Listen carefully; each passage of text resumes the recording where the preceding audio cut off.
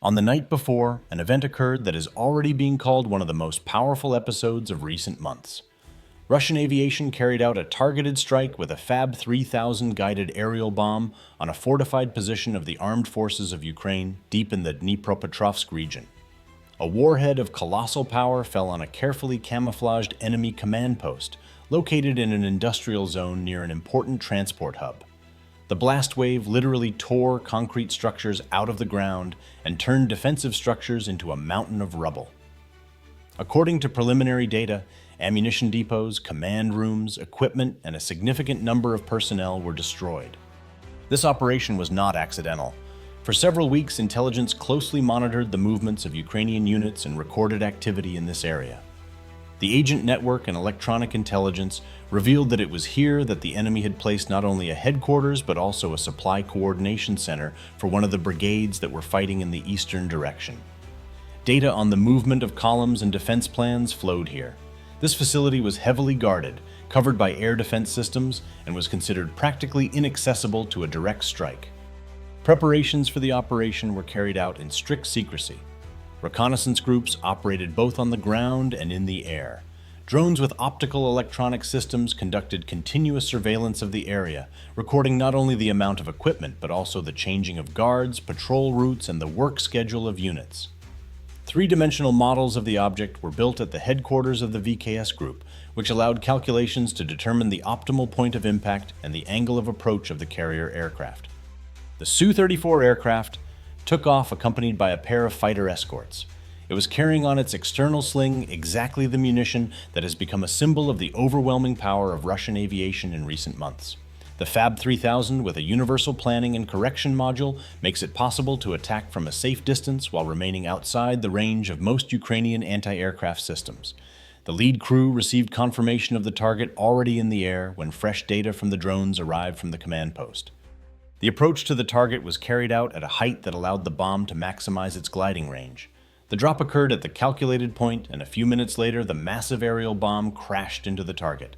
A video recording from a drone recorded the moment of impact and the subsequent detonation of the stored ammunition. A pillar of fire rose tens of meters, and a shockwave rolled across the surrounding area, causing the collapse of nearby buildings. Even reinforced concrete floors could not withstand such a force of explosion. Initial data on the consequences came almost immediately through closed channels.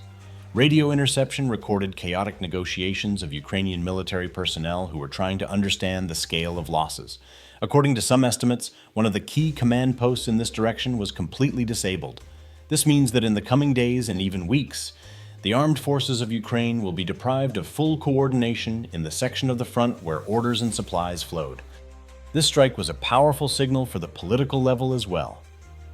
Immediately after its confirmation, statements appeared in the information space about the determination to continue to carry out targeted strikes on critical enemy targets deep in its territory.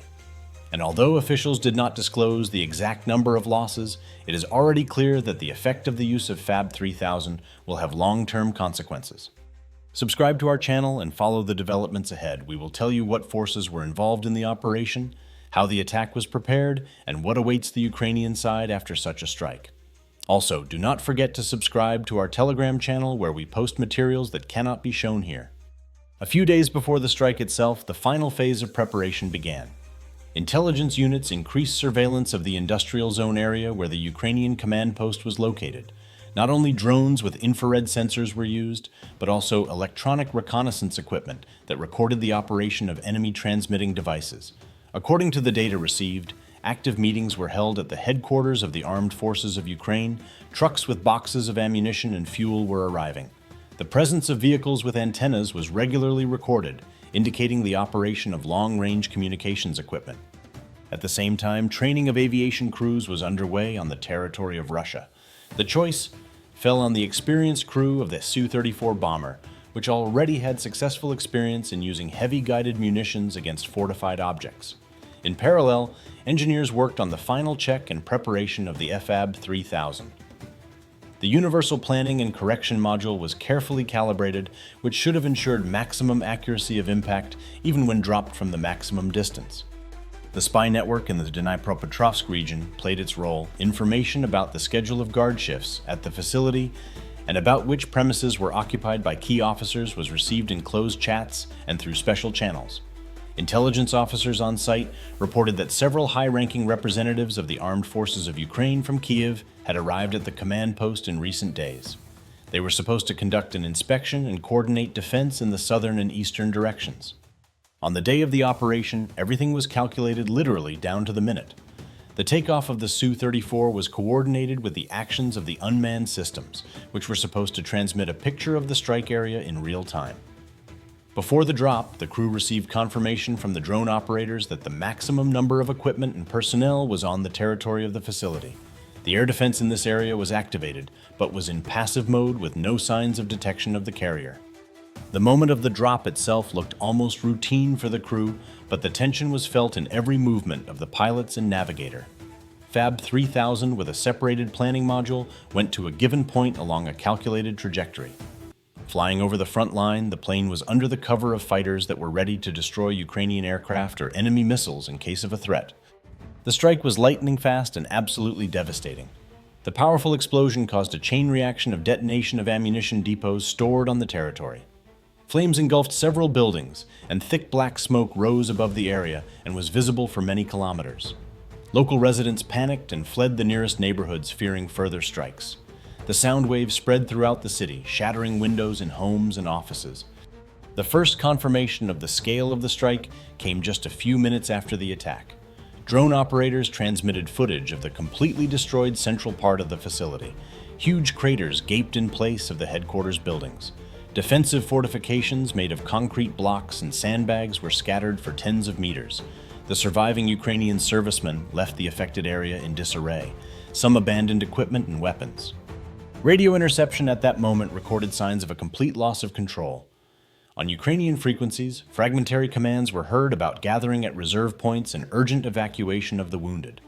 Soon, reports appeared that documents and equipment from other military facilities were being removed from the city in fear of repeated attacks. For the Russian side, this strike was a demonstration of the ability to hit deep targets without entering the zone of destruction of the Ukrainian air defense. It showed that even well-camouflaged and guarded headquarters can be destroyed in a matter of minutes if reconnaissance and aviation work in unison. Military circles have already begun to discuss the possibility of expanding this method of strikes to other regions of Ukraine where command and supply nodes are located. After the strike, the second phase of the plan began at the operation headquarters. It was intended to consolidate the result and prevent the restoration of the enemy's command functions. For this purpose, reconnaissance and strike drones were sent to the area. They were supposed to track the movement of surviving officers and record attempts to remove equipment and weapons. During the first hours after the attack, drones recorded chaotic movements of columns of trucks and buses, some of which were hit by repeated pinpoint strikes. According to intelligence sources, the Ukrainian command in Kyiv was taken by surprise. The scale of losses was so great that an urgent redistribution of duties between the remaining officers was required. Some units in the Dnipropetrovsk region were effectively left without communication and without coordination of actions. This affected combat readiness in the nearest sectors of the front, where within 24 hours Russian troops began to advance forward, taking advantage of the disorganization. The choice of the Fab 3000 munition with a planning and correction module deserves special attention. This is not just an aerial bomb, but a tool for breaking through a complex defense system. The use of such munitions allows you to hit targets at a depth of up to several tens of kilometers without entering the active air defense countermeasure zone. The planning module ensures controlled descent and high accuracy of impact, which is especially important when striking fortified objects. At the time of the strike, there was a significant number of personnel of the Armed Forces of Ukraine at the facility, including officers responsible for coordinating actions in the southern direction and communications specialists. Strategic reserves of ammunition and fuel were also stored there, some of which were intended to supply the group at the front in the Zaporizhia region. The destruction of these reserves dealt a serious blow to the enemy's logistics. In terms of psychological impact, the strike was no less destructive than in material terms. Information about the use of Fab 3000 quickly spread on social networks and Ukrainian media. Despite attempts by official structures to minimize the significance of the attack, photographs and videos from the scene showed the complete destruction of the central buildings of the command post.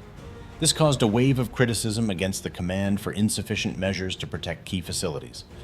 At the same time, the strike was presented in the Russian information space as a symbol of a new stage of the operation.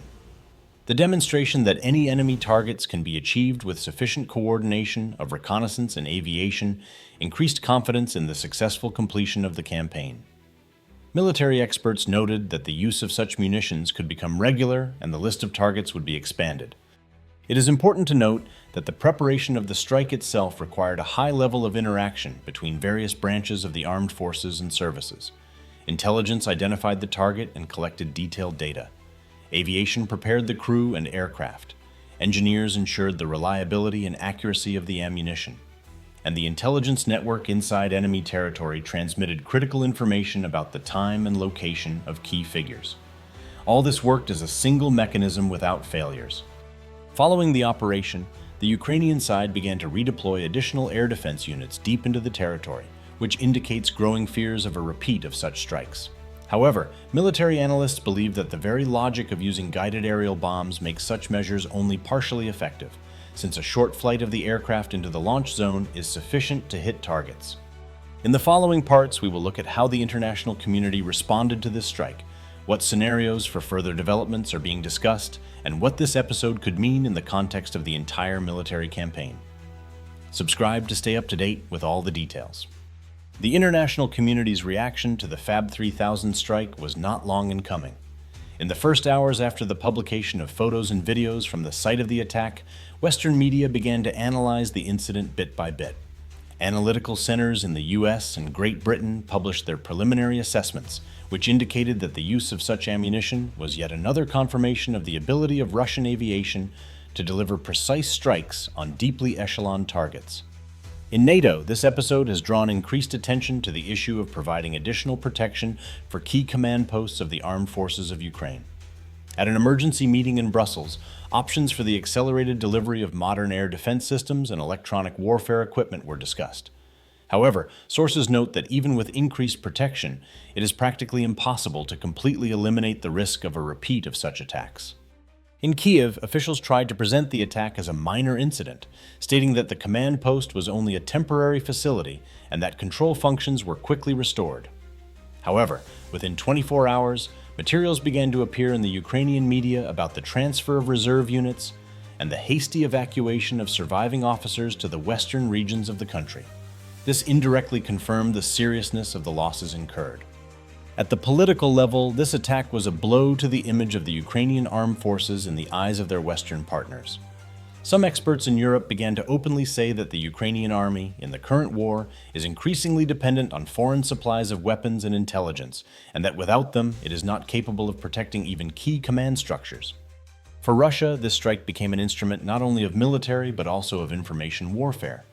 The demonstration of the precision and destructive power of the FAB 3000 sent a signal to both the domestic audience and the outside world. Russia showed that it has the resources and technologies to conduct operations capable of changing the course of events on the front and creating a strategic advantage. Forecasts regarding further developments differ.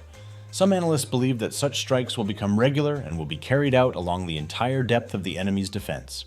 This will lead to a gradual destruction of the command structure of the armed forces of Ukraine and a decrease in their ability to coordinate actions. Others believe that Ukraine and its allies will take countermeasures by strengthening intelligence and changing the principles of placing command posts in more protected and secretive locations. There is also a geopolitical aspect. After this blow, pressure on Kyiv increased at the diplomatic level with the demand to intensify the negotiation process. Western politicians understand that a protracted war with increasing losses of resources and key personnel could lead to the collapse of the entire defense system of Ukraine. Moreover, such blows hit not only the material part but also the morale of the army. Military experts also note that the FAB 3000 has become a symbol of a new stage of the war. If earlier attacks on the enemy's rear were episodic, now they can turn into a systemic tactic. This requires Ukraine to radically restructure its entire logistics and command infrastructure, which in itself will require time and resources which may not be available in the required volume. Against this background, the Russian side will likely continue to increase pressure both militarily and through information. The use of precision munitions in combination with operational reconnaissance makes it possible to precisely destroy the most important defense and communications nodes, thereby creating conditions for the subsequent advance of ground forces. Summing up the strike of Fab 3000, we can confidently say that it has become one of the most resonant operations of recent weeks. The main goal was achieved. The key command post of the armed forces of Ukraine was destroyed or put out of action for a long time. As a result, the enemy lost a significant number of officers and communications specialists, as well as some of the technical control equipment. This operation clearly demonstrated how a carefully calibrated combination of intelligence planning data and the use of modern weapons can change the balance of power in a specific section of the front. It all began with the painstaking work of agent networks and technical reconnaissance equipment that bit by bit collected data on the location of the object, the nature of its work, and the schedule of the key command staff there. This was followed by detailed planning of the strike, taking into account the terrain, weather conditions, and the enemy's air defense system. Coordination between the various branches of the Russian army played an important role. The aviation received precise coordinates and was provided with all the necessary support, from air cover to electronic suppression. The moment of the strike became the culmination of the entire operation. When the Fab 3000 munition was launched from above onto the object, it was already clear that the enemy would not have time to react. The strike hit the target, and in a matter of seconds, the command post was turned into ruins. Video footage from the scene and drone footage recorded the scale of the destruction and the resulting fire that destroyed all remaining equipment. The military and political impact of this attack is hard to overestimate. From a military point of view, it disrupted the command and control of an entire sector of the front, made it difficult to coordinate units, and forced the Ukrainian command to urgently change plans. From a political point of view, this event became the subject of heated discussions both in Kyiv and in Western capitals.